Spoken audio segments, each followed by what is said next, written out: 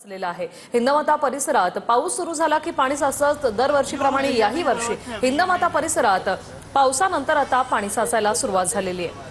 कृष्णा सोनारवाडकर आमचे प्रतिनिधी आपल्या सोबत जोडलेले आहेत। कृष्णा, हिंदमाता परिसरात आपण पाहतोय पाणी साचले गुडघाभर, काय परिस्थिती सध्याची?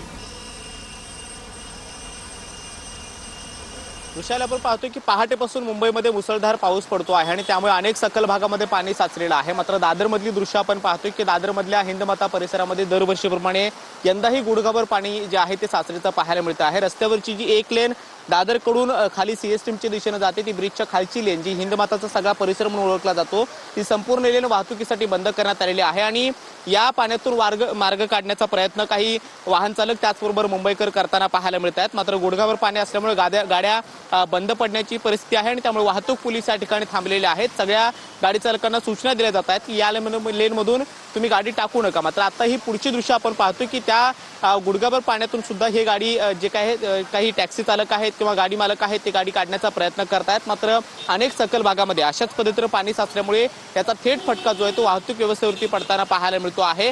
मुंबईतलं हे दादरमधलं हिंदमाता परिसर दरवर्षी अशा पद्धतीने मुसळधार पाऊस पडल्यानंतर पूर्णपणे पाणी या सगळ्या रस्त्यावरती साचतं आणि पूर्णपणे वाहतूक ठप्प होते। त्याचबरोबर किंग सर्कलचा सगळा परिसर हा सुद्धा सखल भागातला पाणी साचल्यामुळे दरवर्षी अशा पद्धतीने मुंबईकरांना त्याचा मनस्ताप सहन करावा लागतो। मात्र यंदाही हिंदमाताच्या सगळ्या परिसरामध्ये पाणी मोठ्या प्रमाणामध्ये साचलेलं आहे आणि त्यामुळे जोपर्यंत पाऊस थांबत नाही तोपर्यंत या पाण्याचा निचरा होणार नाही असं देखील बोललं जात आहे। कारण मुंबईमधली एक विशेष म्हणजे मुंबईतले ज्या सखल भागामध्ये अशा पद्धतीने पाणी साचतं, जोपर्यंत मुसळधार पाऊस मुंबईमध्ये सुरू असतो तोपर्यंत पाण्याचा नीटसा निचरा होत नाही आणि अजूनही मुसळधार पाऊस हा मुंबईमध्ये सुरू आहे। त्यामुळे अनेक सखल भागामध्ये अशाच पद्धतीने पाण्याचं साम्राज्य जे ते पाहायला मिळतं आहे।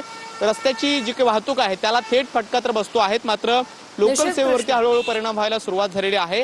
भायखळ्यापासून सीएसटीकडे जाणारे ज्या लोकल आहेत त्या देखील ठप्प होण्याच्या मार्गावर लोकल सेवा सगळ्यावर या पावसाचा परिणाम झालेला आहे। हिंदमाता परिसरातली ही दृश्य आपण सध्या पाहतोय।